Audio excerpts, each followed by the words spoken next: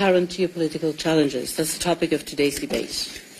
Europe is indeed facing a multitude of challenges that threaten our continent's prosperity and stability, from the ongoing war in Ukraine to the resulting inflation, energy and food crisis. These challenges follow the consequences of the pandemic, putting at risk all our efforts to recover. Because of high bills and inflation, many businesses struggle to survive, and there are people having to choose between eat or heat. The competitiveness of the European Union is under pressure. We have a new external context in this sense, the US Inflation Reduction Act, to which the EU needs to respond. We also have increasing internal challenges related to the lack of skills we are faced with in Europe.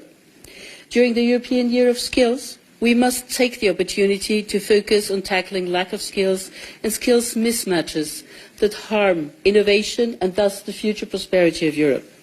The ESC has developed a series of proposals to address these challenges head-on by focusing on economic growth, our strategic autonomy, on the digital and green transitions, sustainability and solidarity. We believe that we can build a more prosperous, competitive, inclusive and sustainable European Union that is really future-proof. I will mention only a few examples of important ideas. First, revising the EU's economic governance framework is crucial in supporting the EU's growth agenda. Europe must find ways to increase its strategic autonomy and decarbonise its economy while keeping energy prices under control.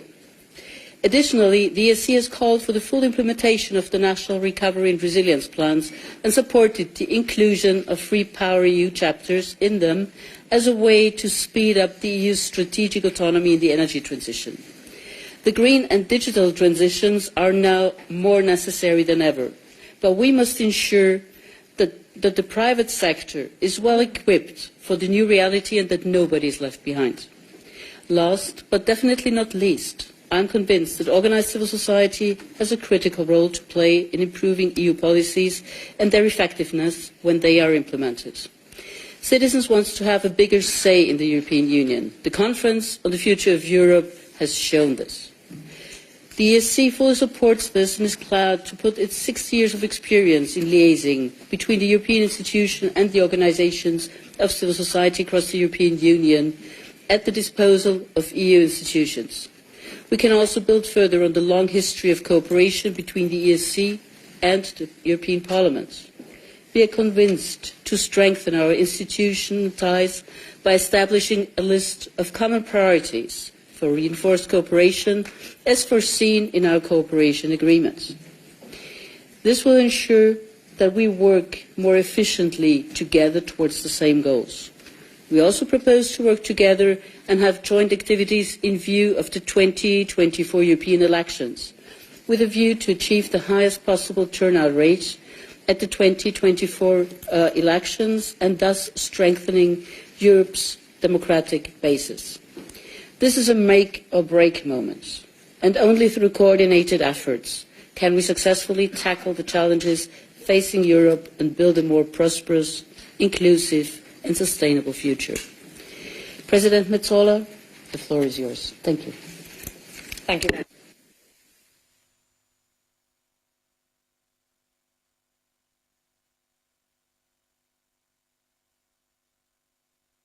Thank you very much, dear President, dear Krista, distinguished members. I will start by catching on to the last thing you said in your introduction, that this is a make or break moment. We had to answer this question, I would say, since the very beginning of our legislative mandate in 2019.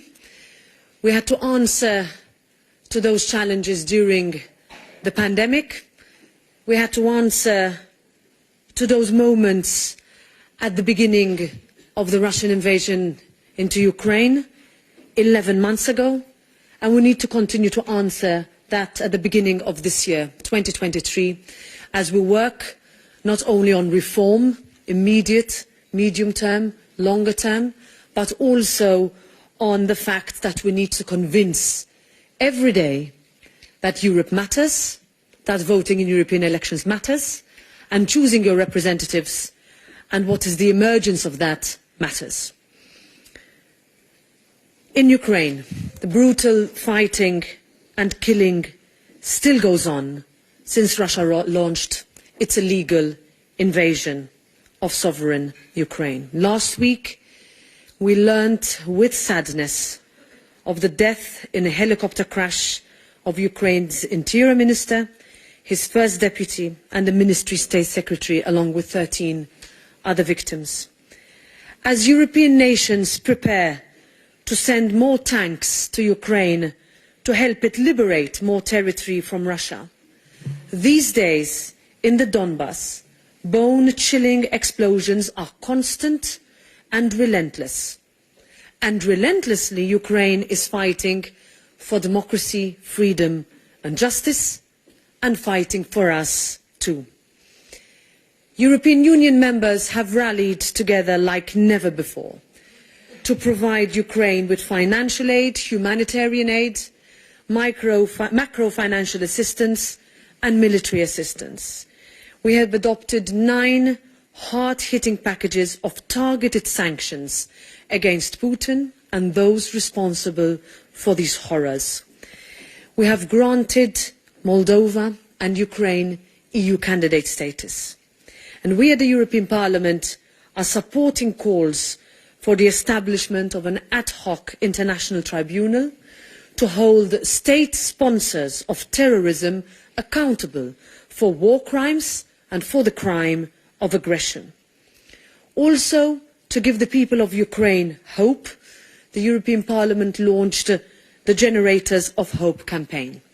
With this campaign, we have secured hundreds of generators from various sizes and power from across European citizens and regions in all European countries. Because 11 months later, Europeans still want to help every day for what their Ukrainian brothers and sisters are going through. The war has also brought on an energy crisis, which in turn not only puts enormous pressure on households, but also is a driver of inflation. And here, European Union members came up with a common EU response, which we can never leave out of our discourse when we look at the work that we do every day, not only what we decide, how we communicate it, and how we message with it in order to deliver the tangible results to our citizens. This includes gas storage regulation, the reduction of gas and electricity consumption, and the announcement of joint purchases of gas, all of which helped to calm the markets and to bring energy prices down. Energy prices and inflation would have been at far worse levels if EU member states and institutions hadn't sat together more frequently in 2022 than ever before in EU history to hammer out our divergences, our realities and find solutions. The Eurobarometer indicates that the vast majority of European citizens are supportive of our actions, even though we are not yet out of the woods. I strongly believe in time we will come out stronger. But this will require a lot of effort from governments, from businesses, from stakeholders, from industry and from European institutions and bodies too. Right now, our #1 priority is Europe's competitiveness. We must ensure the Green Deal and the digital transition continue in earnest. We must return to growth and lower our dependencies.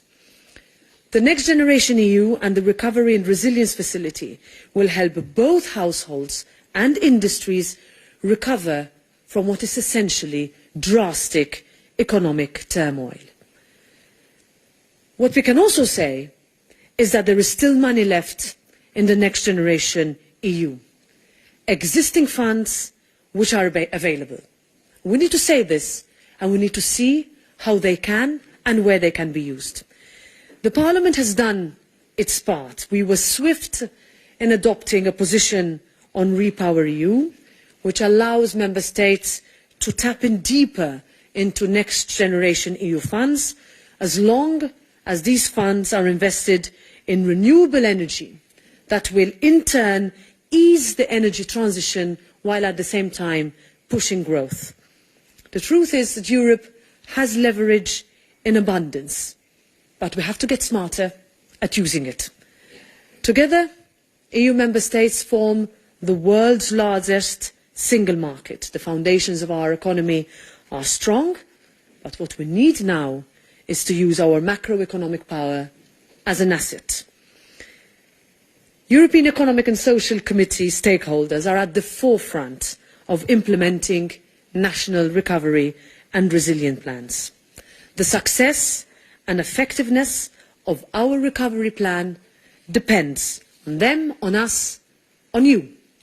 And this is why the European Parliament has repeatedly outlined to the Commission and to the Council the importance of putting local and regional recovery and resilience stakeholders at the centre of our efforts, because democratic accountability and legitimacy is of prime importance. It is in the way we take decisions, into how we communicate, as I said earlier, but how we transform discourse, whether in local, regional, national, European elections, into saying what has concretely been achieved tangibly at a European level that matters concretely to everybody.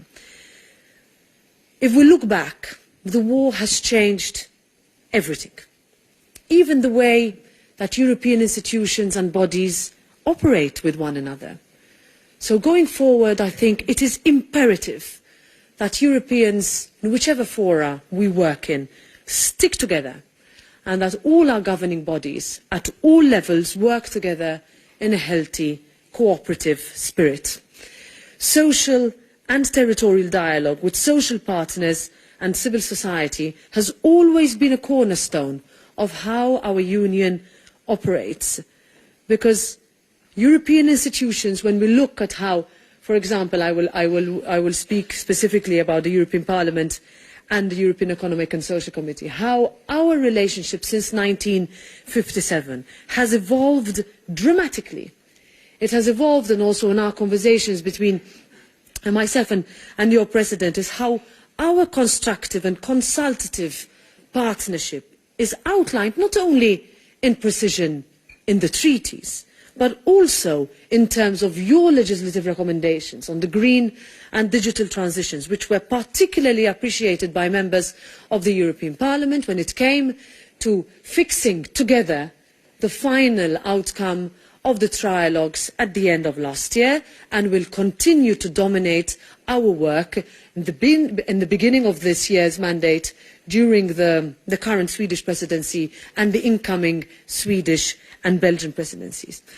If I look forward now, over the coming years, the European Parliament must continue to take on board the EESC's authoritative and legitimate input, particularly as it can help Parliament optimise its own legislative mandate. We are all the wiser for the insightful contributions that we receive, and you can count on my support, on my position in ensuring that this continues in the way that we work with different committees, in the way that we work internally on different legislative proposals. I would also like to say that with the improved accessway that we worked on for a long time between the European Parliament and in the Stefan Zweig building and your building, for which I thank our building management teams, this is actually something that we can really concretely say that we are connected. We just have to do more in order to work together on concrete proposals. I'm ready to answer all questions, happy to discuss. Please hold us to account, and let's continue the consultation together. I very much look forward to our discussion. Thank you very much.